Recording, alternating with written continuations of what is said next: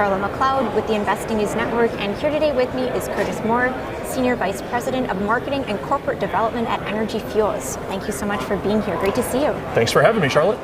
Really good to be checking in with Energy Fuels. The last time that I had the chance to connect with the company was at PDAC in June of last year, that summer event that we had. So I wanted to just catch up on what's going on in the uranium market as a whole.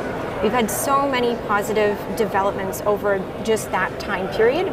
What would you pull out as being really significant?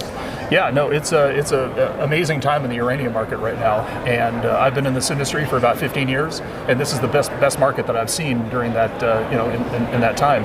At Energy Fuels, we have seen definitely increased interest from nuclear utilities seeking secure sources of uranium, and one of the big reasons for that is Russia's invasion of Ukraine. Russia dominates many aspects of the nuclear fuel space, from enrichment, conversion, all the way down to uranium mining, and they control also a lot of the uranium mines in Kazakhstan. And if you're in Europe or if you're in the United States and you were previously reliant on those supply chains, you're really having second thoughts about that right now. And so those utilities, particularly in the United States where we're located, are coming to us seeking our uranium because they know that it's sourced in the United States. We can do it at a low cost, and it doesn't carry that geopolitical risk. And so I think that's maybe been the biggest driver of these improved uranium markets and the improved prospects that we're seeing at Energy Fuels. I'm glad that you brought up the utilities contracting, because that is a catalyst that we hear about a lot, and it's a notoriously opaque process. Yes. I wondered, as a company that is actually signing these long-term contracts, can you shed any light on that process? Yeah, you are exactly right. It's very opaque. And that's actually one of my jobs at Energy Fuels, is having those conversations with the utilities. And it is literally like this, where you're sitting across the table from the fuel buying team and trying to come up with a arrangement on pricing, quantities, timing for these deliveries in the long term. So there's multitudes of ways to have long-term contracts and to put those together. There's no set rules for that, but we've been able to secure some long-term contracts at Energy Fuels, and that is enabling us to start up some mines this year, which we plan to use to supply that uranium into those contracts. We plan to sign some more contracts as markets continue to improve. We're not going to lock in all of our production at these current prices, but you can never tell where markets are going to go. So our plan is to sort of sell into those curves, secure some contracts at the levels that are appropriate for our production right now, locking in good margins, but then hopefully catching some more of this wave as things continue to evolve. Okay, very enlightening. And the other thing you mentioned was supply chain security. This is becoming increasingly an issue. I think we're seeing that in many places, even beyond uranium. But speaking specifically about uranium, one thing that Energy Fuels has going on is you've been awarded a contract to sell to the strategic reserve in the U.S. So to start off, can you just talk a little bit about what this reserve actually is, what's going on there? Yeah, so this is an effort in the U.S. government to create a secure source of uranium and nuclear fuel for domestic utilities in the event that there's a supply chain disruption or a cutoff. As I mentioned, the U.S. is heavily reliant on Russia and Kazakhstan for our supplies of uranium. I think about 20 or 25% of the enriched uranium used in U.S. nuclear power plants comes directly from Russia. Another 50 or 60% of the natural uranium, which is what we produce, comes from Russia, Kazakhstan, and Uzbekistan. So it's either from Russia or Russia's sphere of influence. And so this uranium reserve is supposed to be there in case there's a cutoff of that material. So Energy Fuels sold about 300,000 pounds of uranium to the U.S. government for a blended price of about $61.50 per pound. So it's a very nice price above today's market. We completed the delivery in January and received the money already in January. So it was about $18.5 million that came into our account at a nice margin. So Yeah, this business in Russia and Ukraine is having a huge, huge impact on global nuclear markets, and there's a evolution happening right now as countries try to move away from all this Russian supply, and I think there's a lot more to come, actually. So. Yeah, and so the other thing that you mentioned just as we've been talking here is about resuming more production at your mine. So that's actually very exciting. We hear a lot about, pricing, right? What price do you need to come back online? So what are you anticipating when it comes to the price environment moving forward? Yeah, so it's tricky. It is. You can never see the future. So that's why I mentioned that. We take an approach where we sell into the curve. Sell into increasingly high prices. Now, if I had a crystal ball and I could tell you when the exact peak was going to be, we wouldn't need to do this. But where we focus more is, I think it's maybe a little bit more of a disciplined approach, and not just keep waiting for higher and higher and higher prices like a lot of other companies do. We want to produce at Energy Fuels, right?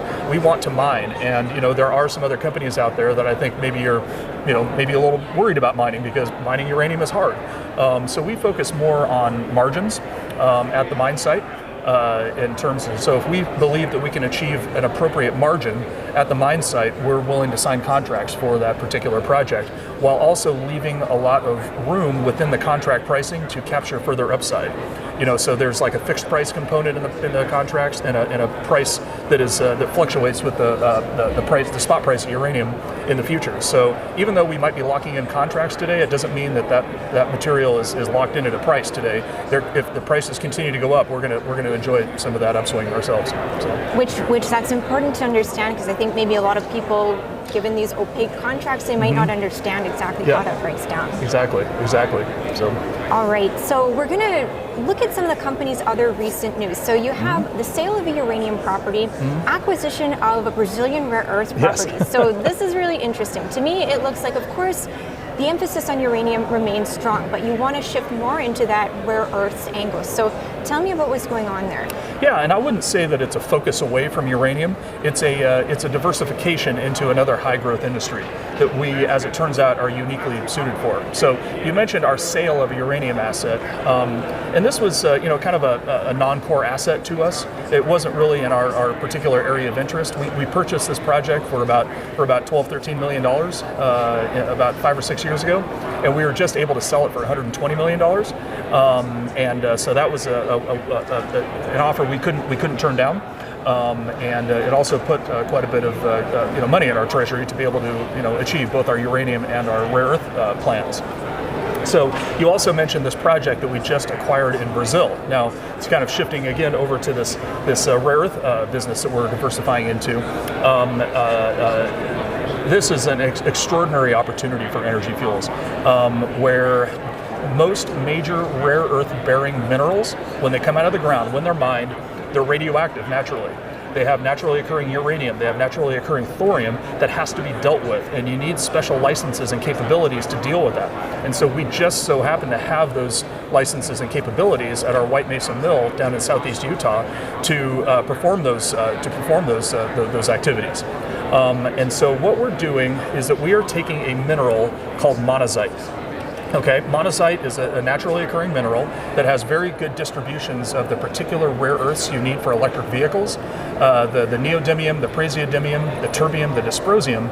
Now, the historic problem with monazite is that it's more radioactive than other rare earth bearing minerals. It has more uranium and more thorium. Well, we have a uranium mill. So why not utilize some of those licenses and capabilities to process rare earth elements? And so we have made quicker progress than anybody else, certainly in the United States, toward restoring some of this rare earth supply chain. It's quite extraordinary. We're already processing monazite right now from heavy mineral sand mines in the state of Georgia and Florida, states of Georgia and Florida. Now, kind of long story short, but that project that we just acquired in Brazil is another heavy mineral sand deposit. It's a very well-known deposit. Historically, it probably wasn't mined because it has higher concentrations of monazite, which is radioactive. And if you're a heavy mineral sand miner, that's typically a problem for you. Now, monazite is extremely important because of the electric vehicle revolution. And so we can take that monazite and turn it into high-value rare earth products. So it's a quickly growing story. I really encourage people to follow this closely. Again, we're not moving away from uranium at all, but this rare earth opportunity is amazing for us. So you bring the monazite to your mill in Yep. Utah, process it, and then you can sell the rare earths to end users. Yeah, exactly. So we take the monazite. We're actually doing today. We're in commercial production of rare earths today. It's kind of an early intermediate step. It's called crack and leach, and that's where you basically dissolve the mineral, the monazite, into solution, and that allows you to extract the uranium, extract the thorium, and extract the other impurities, but also extract the rare earths into a rare earth product. It's an intermediate rare earth product called mixed rare earth carbonate. Right now, we are sending that to a separation facility in Estonia for further processing into downstream products. But today, we are actually installing rare earth separation capabilities at the White Mesa Mill. It just so happens that the same processing techniques that we use at the White Mesa Mill for uranium and vanadium is the same as you need for rare earths. It's called solvent extraction. So it's been a very easy, relatively easy for us to pivot from applying our solvent extraction knowledge from uranium and vanadium to rare earths. And so we actually think that we're going to be producing more rare earth oxides, light rare earth oxides, the NdPr oxide, than that facility in Silmet, which if we're successful, will be the second largest producer of separated NdPr oxide in the world outside of China by later this year or early next year. We're making this investment right now. It's, like I said, it's extraordinary and it's happening very quickly. So this process currently happening in Estonia, you will soon be able to actually Yes, do that there as to do well. the same thing. Very Yep. interesting. So, Yep. and maybe we could add just a little bit more context. I think that people know that China dominates rare earths production, Yep. but if you could maybe give a sense of how unique this is, because there's not a lot of this going on in the US right now. Yeah, that's true. That's true. Look, the rare earth industry is difficult. It's complicated and it's hard.